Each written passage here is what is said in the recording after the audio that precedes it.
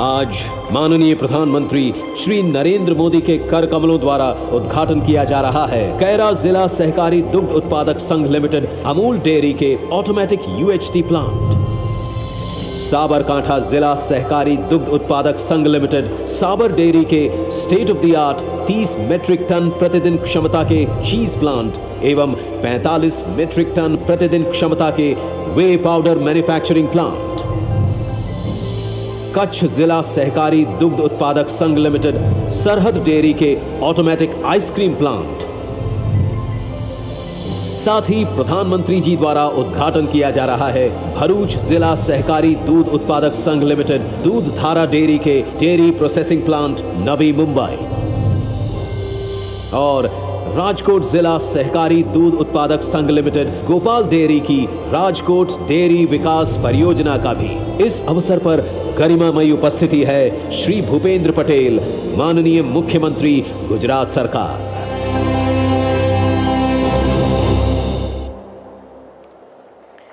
बहुत बहुत धन्यवाद माननीय प्रधानमंत्री जी इन नवीन प्रकल्पों के शुभारंभ के लिए। GCMMF अमूल का मंत्र है किसान प्रथम और हमारे अमूल्य प्रधानमंत्री जी का मंत्र है राष्ट्र प्रथम, और ये दोनों मंत्र एक दूसरे में समाये हुए हैं। किसानों का कल्याण और महिलाओं की आत्मनिर्भरता जिनके दिल के अत्यंत करीब है, ऐसे जन जन के हित कर विश्व बंधुता के प्रहरी विकसित भारत के स्वप्न शिल्पी आदरणीय प्रधानमंत्री श्री नरेंद्र भाई मोदी जी को आइए जोरदार तालियों के साथ आमंत्रित करते हैं आपके बहुमूल्य मार्गदर्शन के लिए।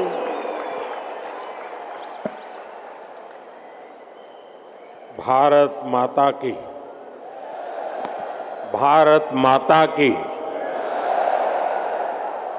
गुजरात के राज्यपाल आचार्य देवव्रत जी, गुजरात के लोकप्रिय मुख्यमंत्री भूपेंद्र भाई पटेल, केंद्रीय मंत्रिमंडल के मेरे सहयोगी पुरुषोत्तम रूपाला जी, संसद में मेरे साथी CR पाटिल, अमूल चेयरमैन श्री श्यामल भाई और यहाँ इतनी बड़ी संख्या में पधारे मेरे प्यारे भाई और बहनों,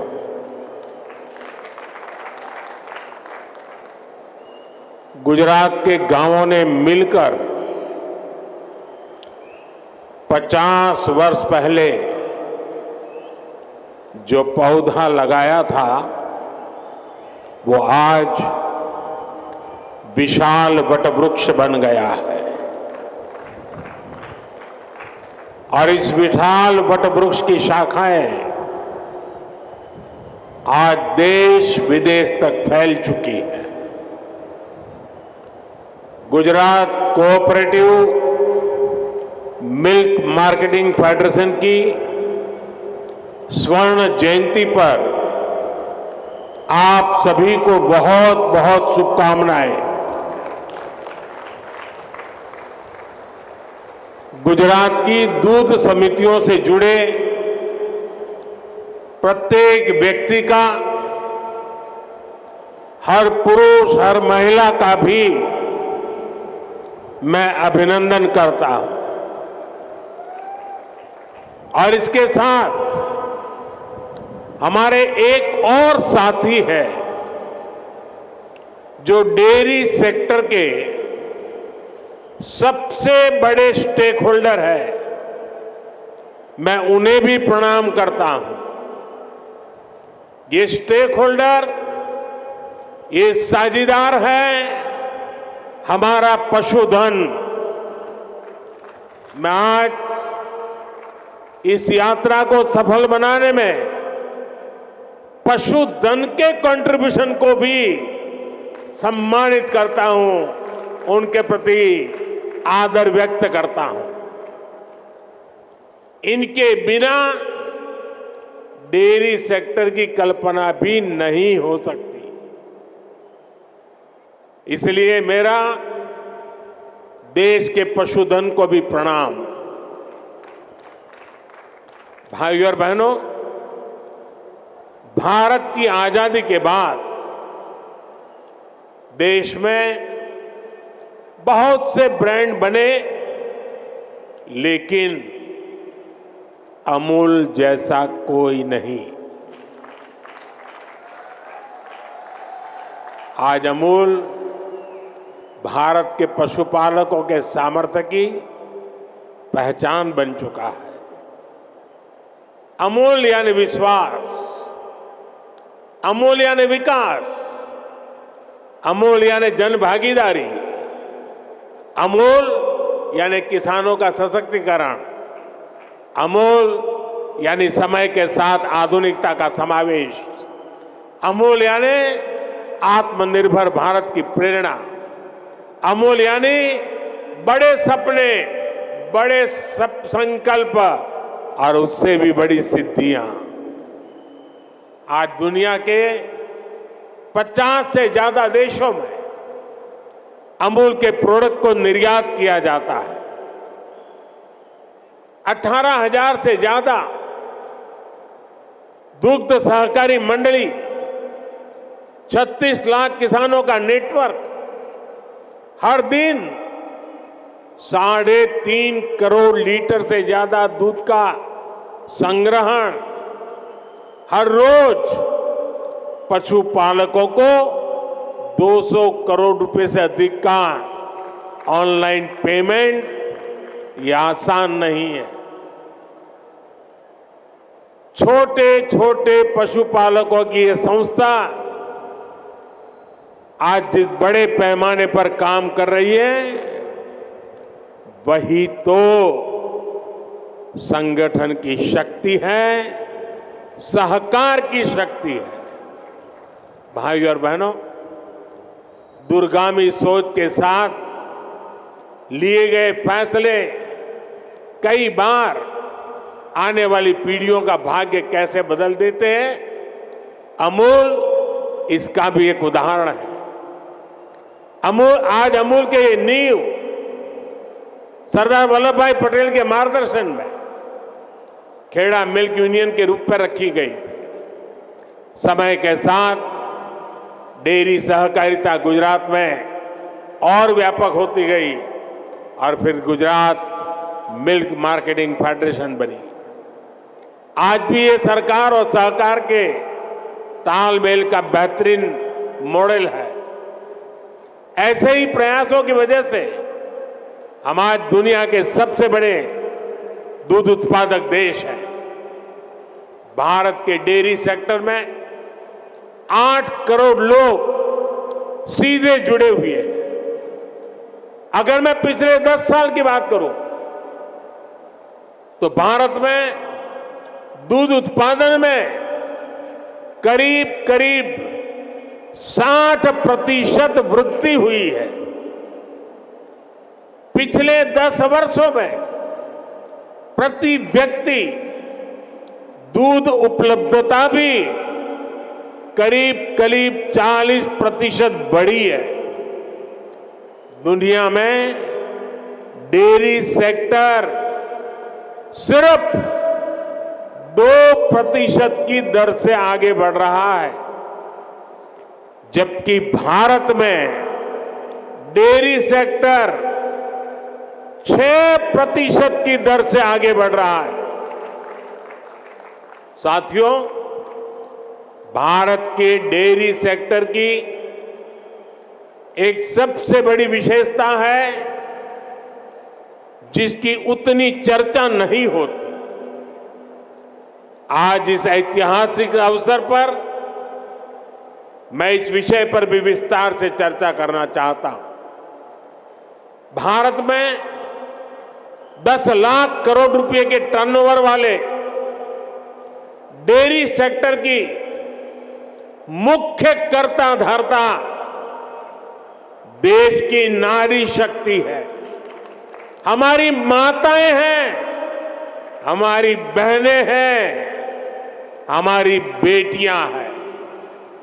आज देश में धान, गेहूं और गन्ने को भी मिला दें तो भी इन फसलों का टर्नओवर 10 लाख करोड़ रुपए नहीं होता, जबकि 10 लाख करोड़ टर्नओवर वाले डेयरी सेक्टर में 70% काम करने वाली हमारी माताएं, बहनें, बेटियां हैं। भारत के डेयरी सेक्टर की असली रीढ़, असली बैकबोन यही महिला शक्ति है। आज अमूल सफलता की जिस ऊंचाई पर है, वो सिर्फ और सिर्फ महिला शक्ति की वजह से है। आज जब भारत विमेन लेड डेवलपमेंट के मंत्र के साथ आगे बढ़ रहा है, तो भारत के डेयरी सेक्टर की ये सफलता उसके लिए एक बहुत बड़ी प्रेरणा है। मैं मानता हूं कि भारत को विकसित बनाने के लिए भारत की प्रत्येक महिला की आर्थिक शक्ति बढ़नी उतनी ही आवश्यकता है। इसलिए हमारी सरकार आज महिलाओं की आर्थिक शक्ति बढ़ाने के लिए भी चौतरफा काम कर रही है। मुद्रा योजना के तहत सरकार ने जो 30 लाख करोड़ रुपए से ज्यादा की मदद दी है, उसकी करीब 70% लाभार्थी बहनें, बेटियां ही है। सरकार के प्रयास से पिछले 10 साल में महिला सेल्फ हेल्प ग्रुप से जुड़ी महिलाओं की संख्या 10 करोड़ को पार कर गई है। पिछले 10 साल में भाजपा सरकार ने इन्हें 6 लाख करोड़ रुपए से अधिक की आर्थिक मदद दी। सरकार ने पीएम आवास योजना के तहत देश में जो 4 करोड़ से ज्यादा घर दिए हैं, उनमें से ज्यादातर घर भी महिलाओं के नाम है। ऐसी अनेक योजनाओं की वजह से आज समाज में महिलाओं की आर्थिक भागीदारी बढ़ी है। आपने नमो ड्रोन दीदी अभियान के बारे में जरूर सुना होगा। इस अभियान के तहत अभी शुरुआत में गांव के स्वयं सहायता समूहों को 15,000 आधुनिक ड्रोन दिए जा रहे हैं। ये आधुनिक ड्रोन उड़ाने के लिए नमो ड्रोन दीदियों को ट्रेनिंग भी दी जा रही है। वो दिन दूर नहीं जब गांव-गांव में नमो ड्रोन दीदियां कीटनाशक छिड़कने से लेकर खाद छिड़कने में भी सबसे आगे रहेगी। साथियों, मुझे खुशी है कि यहां गुजरात में भी हमारी डेयरी सहकारी समितियों में महिलाओं की संख्या लगातार बढ़ रही है। मुझे याद है जब मैं गुजरात में था तो हमने डेयरी सेक्टर से जुड़ी महिलाओं के लिए एक और बड़ा काम किया था। हमने सुनिश्चित किया कि डेयरी का पैसा हमारी बहनों बेटियों के बैंक खातों में सीधा जमा हो।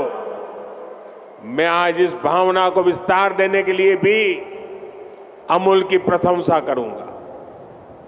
हर गांव में माइक्रो एटीएम लगने से पशुपालकों को पैसा निकालने के लिए बहुत दूर जाने की जरूरत नहीं पड़ेगी। आने वाले समय में पशुपालकों को रुपे क्रेडिट कार्ड देने भी उसकी भी योजना है। पायलट प्रोजेक्ट के तौर पर पंचमहाल और बनासकांठा में इसकी शुरुआत भी हो चुकी है। भाई और बहनों, गांधी जी कहते थे कि भारत की आत्मा गांवों में बसती है। विकसित भारत के निर्माण के लिए भारत की ग्रामीण अर्थव्यवस्था का सशक्त होना जरूरी है। पहले केंद्र में जो सरकारें रही वो ग्रामीण अर्थव्यवस्था की जरूरतों को टुकड़ों में देखती थी। हम गांव के हर पहलू को प्राथमिकता देते हुए काम को आगे बढ़ा रहे हैं। हमारा फोकस है छोटे किसान का जीवन कैसे बेहतर हो। हमारा फोकस है पशुपालन का दायरा कैसे बढ़े। हमारा फोकस है पशुओं का स्वास्थ्य कैसे बेहतर हो। हमारा फोकस है गांव में पशुपालन के साथ ही मछली पालन और मधुमक्खी पालन को कैसे प्रोत्साहित किया जाए। इसी सोच के साथ हमने पहली बार पशुपालकों और मछली पालकों को भी किसान क्रेडिट कार्ड की सुविधा दी है। हमने किसानों को ऐसे आधुनिक बीज दिए हैं जो जलवायु परिवर्तन का मुकाबला कर सके। भाजपा सरकार राष्ट्रीय गोकुल मिशन जैसे अभियानों के माध्यम से दुधारू पशुओं की नस्ल सुधारने का भी काम कर रही है। लंबे समय तक फुट एंड माउथ डिसीज, मुंह पका और खरपका हमारे पशुओं के लिए बहुत बड़े संकट का कारण रही। इसी बीमारी के कारण हर साल हजारों करोड़ रुपए का नुकसान आप सभी पशुपालकों को होता है। इसकी रोकथाम के लिए केंद्र सरकार ने पूरे देश में एक मुफ्त टीकाकरण अभियान चलाया। इस अभियान पर 15,000 करोड़ रुपए से ज्यादा खर्च किए जा रहे हैं। इसके तहत 60 करोड़ टीके लगाए जा चुके हैं। हम 2030 तक फुट एंड माउथ डिसीज को जड़ से खत्म करने के लिए काम कर रहे हैं। साथियों, पशुधन की समृद्धि के लिए कल हमारी कैबिनेट की मीटिंग थी। कल जरा कैबिनेट मीटिंग हमने देर रात की थी और कल भाजपा सरकार ने कैबिनेट में बड़े महत्वपूर्ण निर्णय लिए। नेशनल लाइवस्टॉक मिशन में संशोधन करके देसी नस्ल की प्रजातियों को बचाने के लिए नए उपायों की घोषणा हुई है। बंजर जमीन को चारगांव की तरह उपयोग में लाने के लिए भी आर्थिक मदद देने का निर्णय लिया गया है। सरकार ने पशुधन का बीमा कराने में किसान का कम से कम खर्च हो, इसके लिए प्रीमियम की राशि को भी कम करने का फैसला लिया है।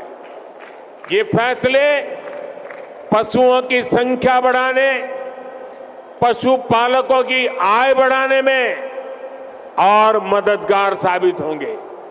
साथियों, हम गुजरात के लोग जानते हैं कि पानी का संकट क्या होता है। सौराष्ट्र में, कच्छ में, उत्तर गुजरात में हमने अकाल के दिनों में हजारों पशुओं को एक स्थान से दूसरे स्थान पर मीलों मीलों चलते जाते देखा है। हमने पशुओं के मरते पशुओं के ढेर, उसकी तस्वीरें भी देखी है। नर्मदा जल पहुंचने के बाद ऐसे क्षेत्रों का भाग्य बदल गया। हम प्रयास कर रहे हैं कि भविष्य में ऐसी चुनौती से ना जूझना पड़े। सरकार ने जो 60,000 से ज्यादा अमृत सरोवर बनाए हैं, वो भी देश की ग्रामीण अर्थव्यवस्था को बहुत मदद करने वाले हैं।